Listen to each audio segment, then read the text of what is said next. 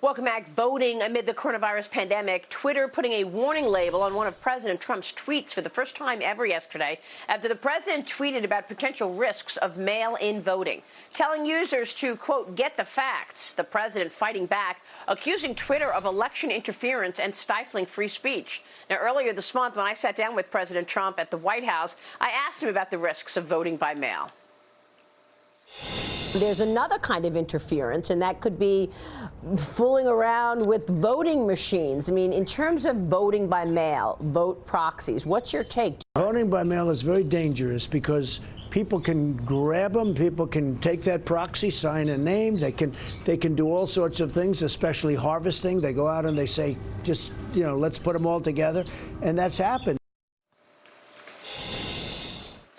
Interesting that this is now front and center. Dagan McDowell, your take.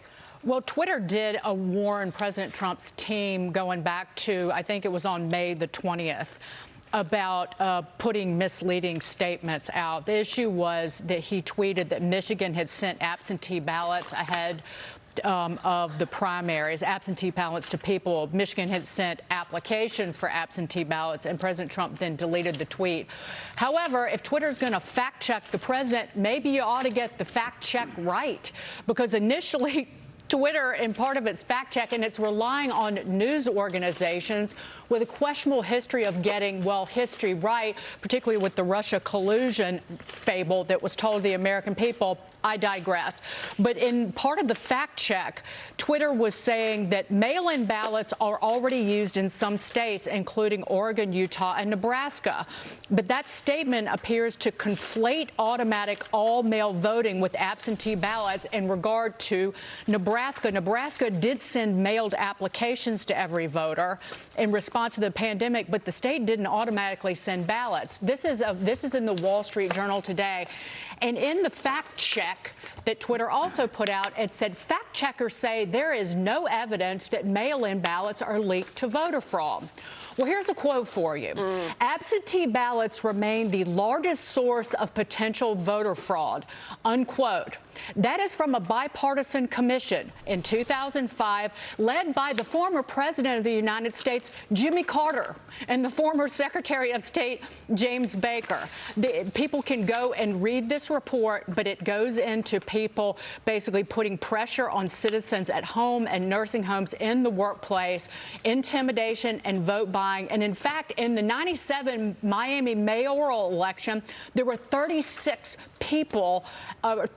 arrests for absentee ballot fraud. So I don't know what Twitter is talking about. If they're going to fact check people, fair enough, then they ought to hire their own team of people to do it rather than leaning on people who have a questionable history of reporting actual facts. Right. Yeah, that's right. And they named the Washington Post and the New York Times, the two publications that completely got it wrong in terms of the Russia probe in the last 3 years. Maddie Duppler, your reaction to this, because it's not just what happened with Twitter, but also remember what happened to Palmer Luckey with YouTube. These social media organizations are immediately just jumping to, away from anybody who thinks that they think are agreeing with President Trump. Right. And Maria, this comes after last November when Twitter announced that it would be banning candidate ads from its platform in order to encourage more free expression. Well, if you're doing that, then creating your own labels on some tweets while leaving others out there which may contain malicious or false information, then you're de facto allowing candidates to use the platform differently and giving candidates a different edge. So, I just don't understand what Twitter thinks it's getting away with here. This comes at the same time where tech is trying to say, no, we're not publishers. We should be able to operate freely because we're just the platform by which other people publish information, which I do think is the correct approach. But they certainly make it more difficult for regulators who are looking at actions like this from Twitter to allow them to continue to function that way. That's exactly right.